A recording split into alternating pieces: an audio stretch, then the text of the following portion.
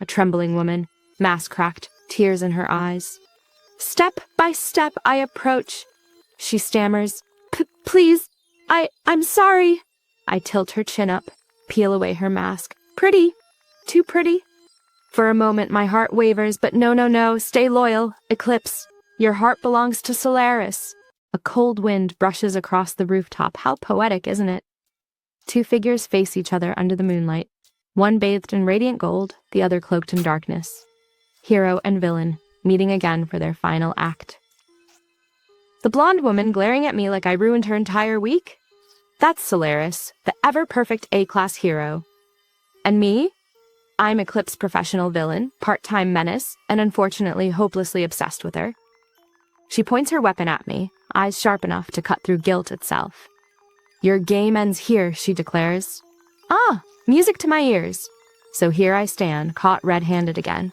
A few hostages, a sprinkle of chaos, and suddenly everyone's calling me terrorist. Please, I've done worse before breakfast.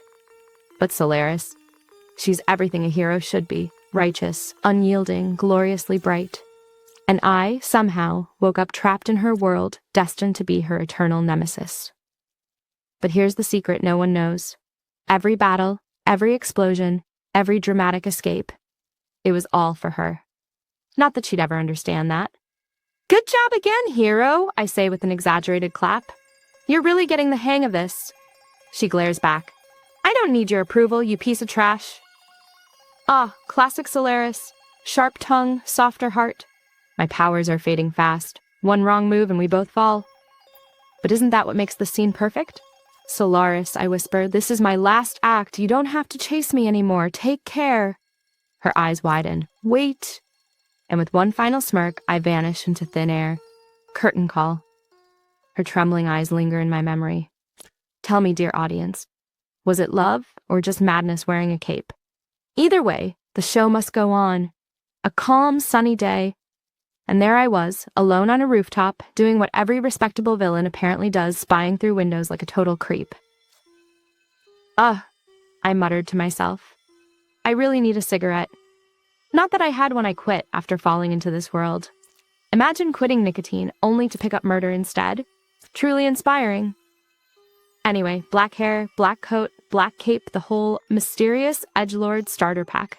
With the half mask, I look like someone who just lost a cosplay contest.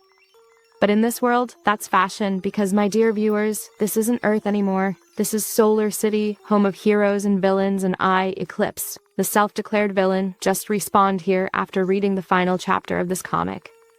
I got telekinesis and teleportation out of it. Pretty cool, right? Except, compared to the walking nukes that call themselves heroes, I'm basically a magician with Wi-Fi lag. Still, I've read the story, I know the future, so I'll play dirty. I'll take out every big villain before they ever rise. Starting with Rhino. Cut to a quiet house. Our horn-headed psycho is munching bread, completely unaware that death is standing behind him in a fabulous cape. Goodbye, Rhino, I whisper and boom. Red confetti everywhere. You... Gross? Absolutely. Necessary? Also, yes. Rhino was destined to become an S-class slaughter machine. Now he's just meat decor. And of course, I left him a little love letter written in blood, naturally. Something subtle like, to Solaris death to those worse than me. Charming, right? Cut to Solaris, A-class hero, our golden girl staring at the crime scene. Her jaw tightens. Whoever did this is going to pay. Oh, if only she knew. Meanwhile, I'm at home on the couch, watching the news about myself. Apparently the media now calls me A-class villain Eclipse. The internet? They love me. Finally, someone kills the bad guys. He's an anti-hero. Marry me, Eclipse. Ugh, please, I didn't sign up for a fan club. But there's a problem if they adore me, Solaris gets blamed. And I can't let my favorite heroine fall. So I'll fix it. I'll become the villain everyone hates, the one she can fight, defeat, and grow stronger because of. If this world needs a monster, then I'll play the part beautifully. And tonight my grand debut begins. On every screen in the city, a masked man appears. Hello, residents of Solar City. And just like that, the curtain rises. A bright, sunny day, birds chirping, flowers pretending this is peaceful. But down by the Luma River, the water looks like it swallowed an evil grin. 2 cruise ships bob along, full of vacationers blissfully unaware that their selfie session is about to become a nightmare. Then, on every screen across the city, a masked man appears and speaks like he owns the broadcasting station. "Hello, Luma City. Call me Eclipse." He boasts, brags that he took out a few big names already, and then drops the cheerful truth. Both ships have bombs. If no one does anything, they'll go up like fireworks nobody asked for. He gives the city a countdown. 10 minutes for Solaris, the A-class heroine, with the perfect hair to show up. Which of course she does. Hero landing, cape flutter, everything theater perfect. She folds her arms like she's in a portrait and asks him to remove the bombs. He teases, he winks. He's filming the whole thing because vanity is an essential villain accessory. Eclipse explains the game. In each ship's captain's cabin, there's a detonator. Press 1, and that ship survives while the other explodes. 30 minutes. Panic, selfishness, chaos. He's not here just to terrorize. He's orchestrating human instinct like a twisted conductor. Solaris stares, furious and confused. She expected moral clarity. Instead, people scream, beg, and, surprise, some agitators start shouting, "Press the button, what?" exactly as Eclipse planned. The onboard panic flips the script. Rather than remaining calm and moral, the crowd tilts towards self-preservation. Back at the Hero Guild's control room, wigs are nearly snatched off. Helicopters, standing by, and B-class heroes deployed. But the cabins are a mess. People are shouting, bargaining, and utterly predictable. The president of the guild wonders aloud what's happening, and the city learns the cost of spectacle. Attention becomes the villain's weapon. Meanwhile, on his rooftop throne, Eclipse watches the chaos bloom and grins. His debut wasn't just noise, it's a lesson. He doesn't want to be loved. He wants to be the monster Solaris must defeat, the very thing that will force her to grow. So tell me, audience, do you cheer the villain who exposes human selfishness, or do you side with the hero trying to hold humanity together? Either way, the show has only begun. Chaos in a cabin is the most revealing thing about people, isn't it? Screaming, shoving, fingers trembling over a button that promises survival for some and death for others. 2 ships, 2 bombs, 2 detonators, 2 mobs of humans suddenly auditioning for survival instinct. I, Eclipse, set the stage exactly like a twisted social experiment. My agitators shout, spread panic, and then watch as rational thought melts into pure, sour panic. "Press it! Press it now!" they cry. Perfect. The plan was to turn reason into hysteria, to make selfishness spread like a virus. And yet, humans are complicated. At first, the panic takes hold. People claw and shout. Then, as minutes tick by, a creeping realization spreads. The other ship hasn't pressed anything either. Logic begins to tug at the crowd. The theater of fear starts to lose its actors. From my rooftop, I watch the display I rigged. Pre-recorded scenes, cut mobile signals, agitators doing their work. It's messy, but it's alive. I glance at Solaris across the way, golden hair, red suit, a portrait of composure, even while the world frays.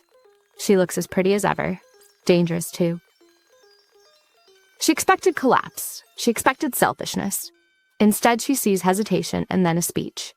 Under my camera's glare, Solaris steps up and speaks directly to the people. Remind them that the person beside them is someone's family, someone's hope. She calls for trust. It's simple, corny, and it lands like a warm hand on a cold shoulder. Miracle? No, direction. I planted some players in the crowd, but her words nudged fear back into sense. Tears, thrown detonators, hugs on deck. The cameras eat it up. Hero saves the day, humanity claps. I pretend to be stunned. I play my part, aghast, betrayed, theatrical. Inside, I'm calculating. If everyone praises Solaris, she grows.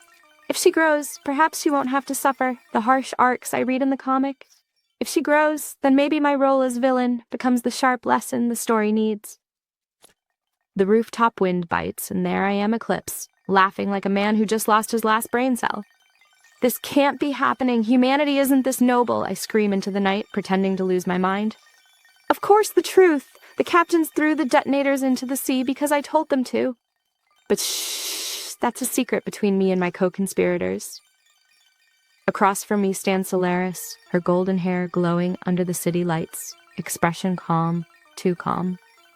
To the watching nation, it looks like her speech inspired unity. To me, it's the perfect ending to an act I directed. So I play my part. Humanity won because of you, I yell. laughing maniacally like an overdramatic stage villain. Inside, I'm dying of secondhand embarrassment. Solaris keeps her distance. She knows I'm still holding the detonators. And honestly, I don't blame her. A single twitch from me, and this whole building could light up like New Year's Eve. I bow slightly, forcing a smile.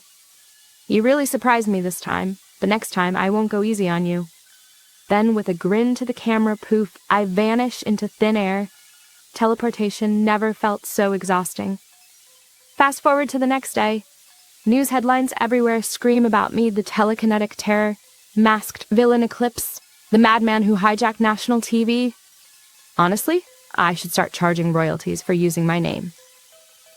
The Hero Association holds a big meeting.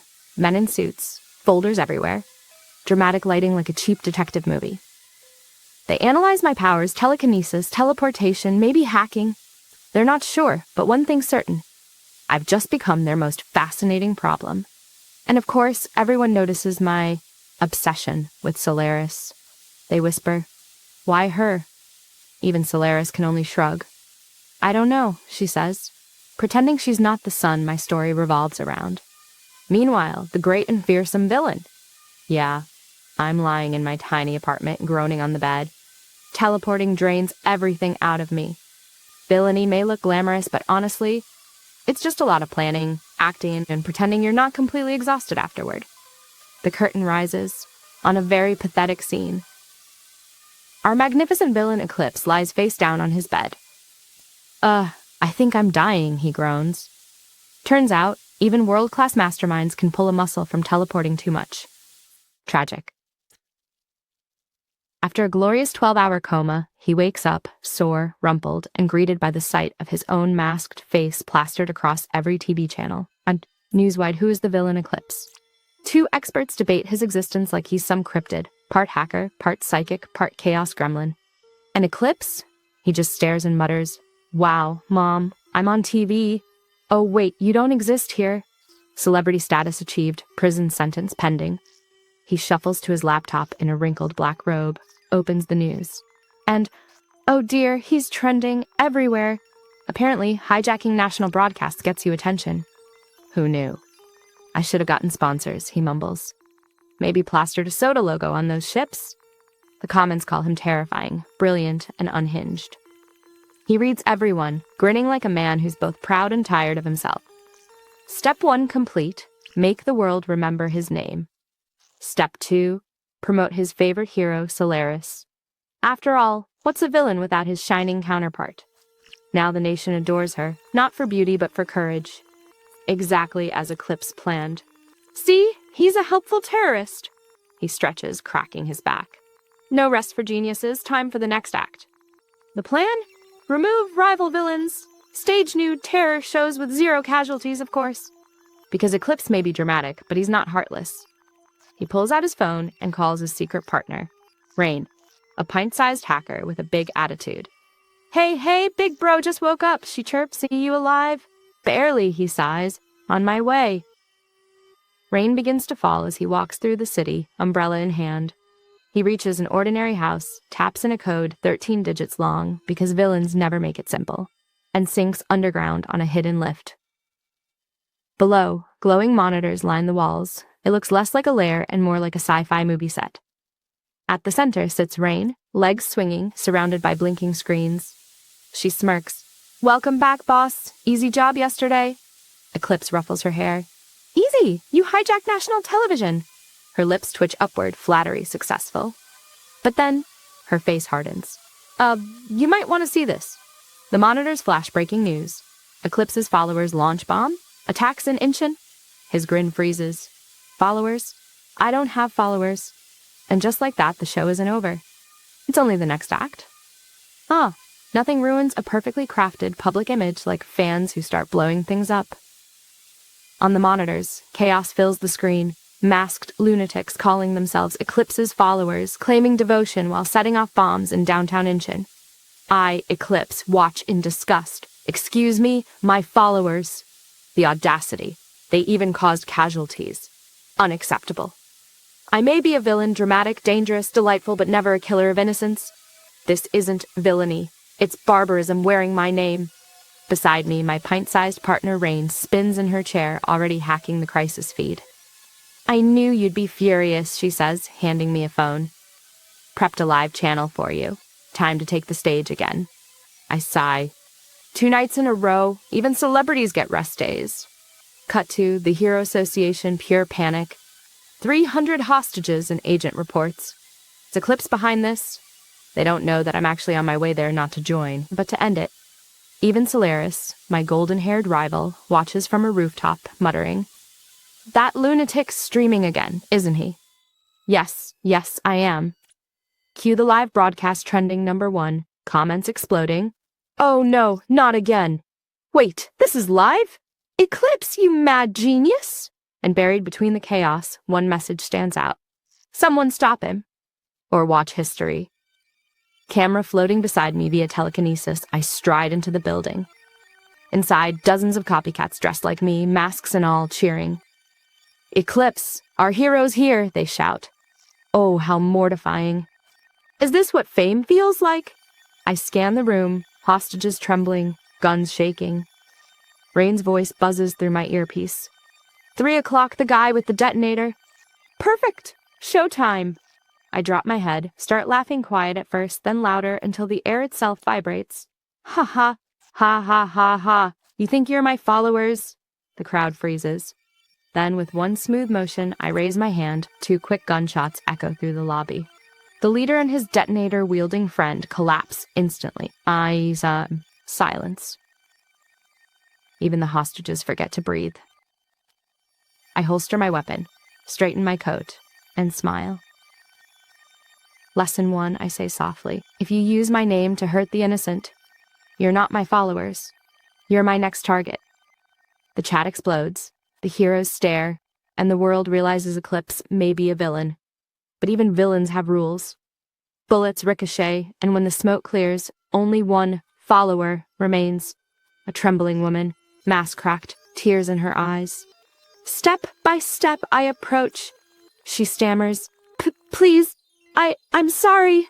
I tilt her chin up, peel away her mask. "Pretty, too pretty." For a moment my heart wavers, but no, stay loyal, Eclipse.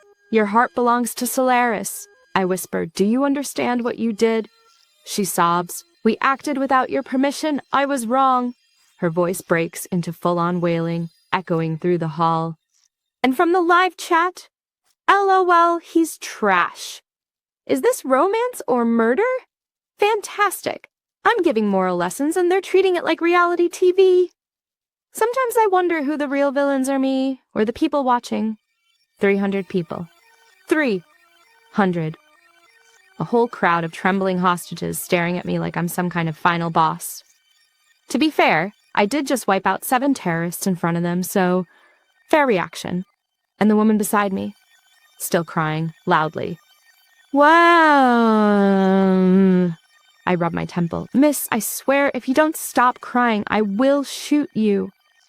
She immediately shoves her fist in her mouth and muffles herself. Ah, blessed silence. Anyway, back to my lovely audience. I glance at the camera streaming everything live. Chat's already exploding. Is he gonna kill everyone? No way, he's apologizing. Why is this villain polite? Exactly. You're not ready for villain etiquette. I step forward, bow deeply 90 degrees, perfectly balanced by telekinesis, and declare, "Everyone, I sincerely apologize for this incident. Though I didn't commit this terrorism myself, I take full responsibility." Gasps, shock, chat meltdown. Excuse me, what villain apologizes? Is this a PR stunt? Oh, but I'm not done. Each of you, I continue, will receive 1,000 credits in compensation. Please check your accounts. And the chat erupts. Hold on, he's paying the hostages? Mom, I want to be a hostage too. Is this charity or chaos? I can't help but smirk. I'll also send 10,000 credits to the families of the deceased. Don't worry, I already have your banking info. Behind my earpiece, my hacker partner Rain sighs.